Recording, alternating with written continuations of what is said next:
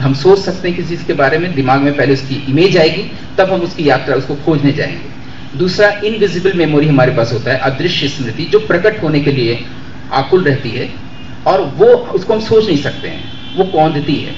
वो लगता है कि शायद इस जमीन के नीचे कोई चीज होगी, खुदाई करके देखा जाए शायद ऐसा हो। रिमोट सेंसिंग जो डेवलप हुआ वो इसी तरह से आया। उपग्रह तलाश करता है कि पृथ्वी में कहाँ कहाँ पानी है, कहाँ पानी नहीं है। ये आइडिया वहीं से आया है कि हमको भीतर से इंट्यूशन, इनसाइट जिसको कहते हैं, प्रतिभा, जिससे हमको लगता है कि शायद यहाँ होगा और मिल जाता है। ये कुछ कुछ शर्लॉक होम्स टाइप की बात है। तो ऐसे ही मेरी रुचि हमेशा उधर ही रही है, जो अप्रकट है, अदृश्य है, अरूप है, उसकी मेमोरी क्या मेरे सामने प्रकट हो सकती है। और कई बार चीजें मिलती हैं। तो मैं देखने के क्रम में, मैं बचपन से एक मंदिर जाता था जिसका भी उल्लेख हुआ, कर्दमेश्वर महादेव मंदिर। तो उसके बारे में बताया गया है कि छठी शताब्दी में वो मंदिर रहा है, जिसको 10वीं शताब्दी में गहरवाल पीरियड में चंद्रदेव जी ने उसको फिर जीर्णोद्धार कराया, रिनोवेशन कराया। लेकिन मुझे लगता था कि उसमें कहीं ना कहीं और चीजें हैं। कि 30 साल मुझे ऐसा लगता रहा और मैं जाता रहा, और मैंने पाया कि एक लंबी परंपरा वहां की है जिसके बारे में हम लोग अभी जानकारी नहीं है। क्योंकि हम लोग हमेशा इतिहास में पीछे जानते हैं दो चीजों के बूते, या तो स्थापत्य आर्कियोलॉजी या फिर लिटरेचर। अगर हमारे पास लिटरेचर उपलब्ध नहीं है किसी समय का, अगर आर्कियोलॉजी उपलब्ध नहीं है, तो हमें लगता है कि उसके पीछे हम लोग नहीं जा सकते हैं, क्योंकि प्रमाण वही है। लेकिन मुझे लगता है कि और भी बहुत सारे उपादान हैं, टूल्स हैं, जिसके जरिए हम लोग दूसरी शताब्दी ईसा पूर्व के पीछे भी जा सकते हैं, जिसके पीछे हम लोग नहीं जा सके हैं। कोई हमें कुछ ऐसा मिला नहीं आर्कियोलॉजिकल लेवल पर या लिटरेचर के लेवल पर। लेकिन हमारे पास दूसरी चीजें हैं, जैसे मैथमेटिक्स।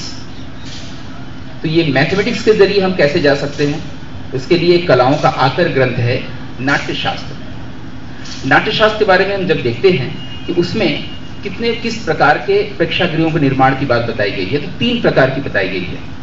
और उस 3 प्रकार को, जो त्रिभुजाकार है, आयताकार है और वर्गाकार है, त्रयस्त्र, चतुरस्र यानी कि वर्गाकार, और आयताकार यानी कि विकृष्ट। इसका कंसेप्ट कहां से आया? ऋषि मुनि थे, योगी थे, यज्ञ करते थे, तो वो त्रिभुजाकार, चतुर और आयताकार और वर्गाकार अपने बेदियां बनाते थे। उसका कॉन्सेप्ट उनको कहां से आया? तो हम देखते हैं कि हमारे यहाँ शुल्ब सूत्रों में 3 प्रकार के चित्त बताए गए हैं, शमशान चित्त, प्राग चित्त और द्रोण चित्त, जो ऐसे ही आकार के होते हैं।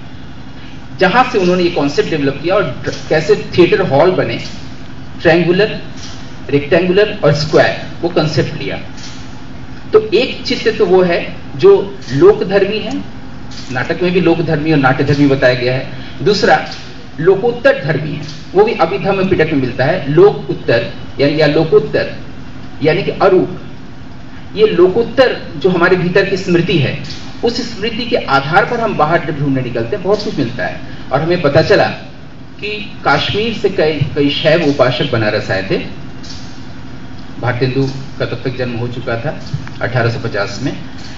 वो लोग यहाँ पर कर्मदेश्वर महादेव मंदिर को प्रणाम करने आए थे, क्योंकि वो आचार्य अभिनवगुप्तपाद को अपना महामहेश्वर मानते हैं, जो 10वीं शताब्दी में थे। उनके पास यह खबर थी कि आचार्य अभिनवगुप्त बनारस आए थे। किस कारण से?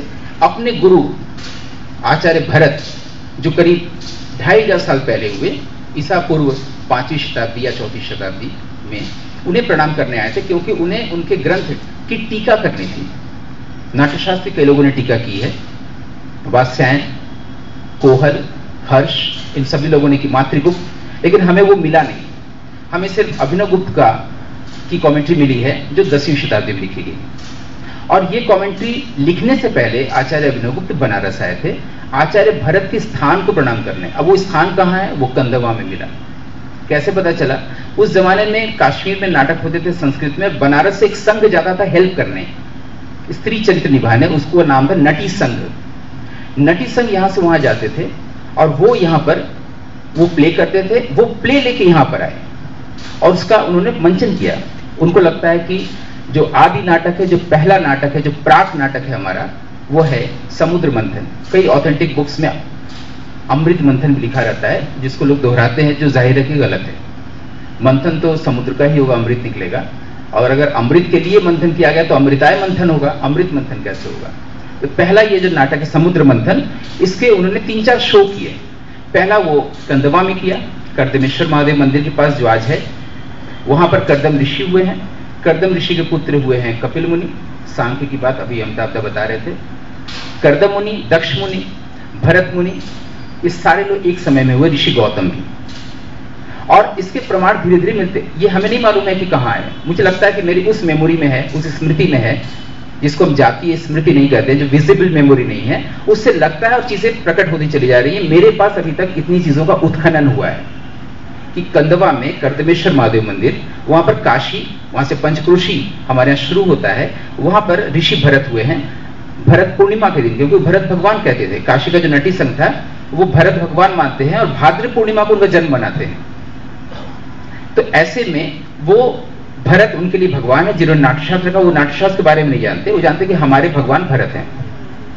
और वो भरत काशी में हुए हैं, जिसको प्रणाम करने अभिनवगुप्त आए। अभिनवगुप्त को प्रणाम करने 19वीं शताब्दी में शैव ऋषि आए, जो अद्वैत शैव के उपासक थे। उन्होंने एक मंचन कंदवा में किया, एक मंचन जंगमबाड़ी मठ में किया, जहां पर द्वैतवादी शिव या शैव दर्शन की प्रतिष्ठा है।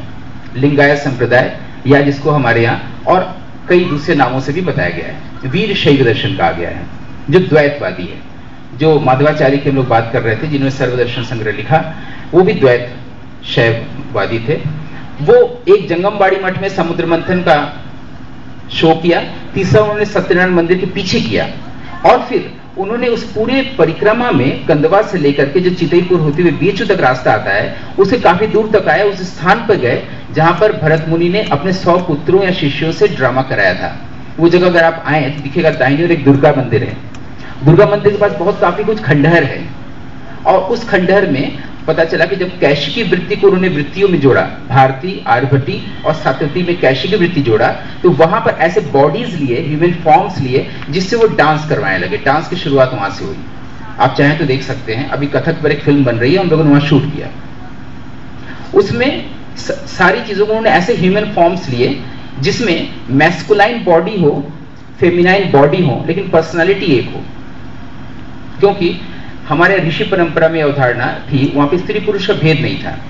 उनका कहना था कि हमारे पास जो मेल फॉर्म है और जो फीमेल फॉर्म है, दोनों के बीच में जो तत्व है, जो व्यक्तित्व है, वो एक ही है।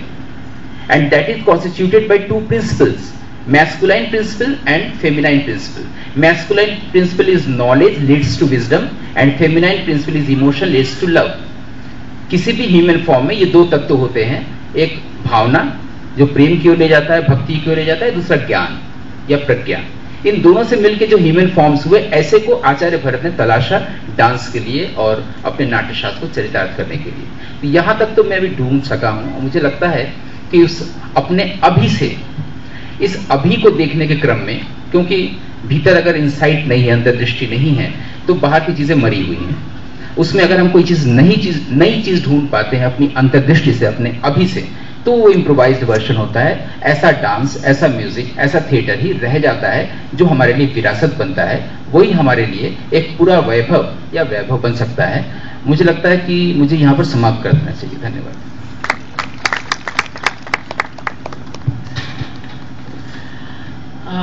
इस भावपूर्ण और बहुत गूढ़ विचार सुनने के बाद अब प्रोफेसर राजू को आमंत्रित करती हूँ अपना वक्तव्य देने के लिए, और अब आप थोड़ा सा विज्ञान के साथ इनका भी भाषण सुनिए।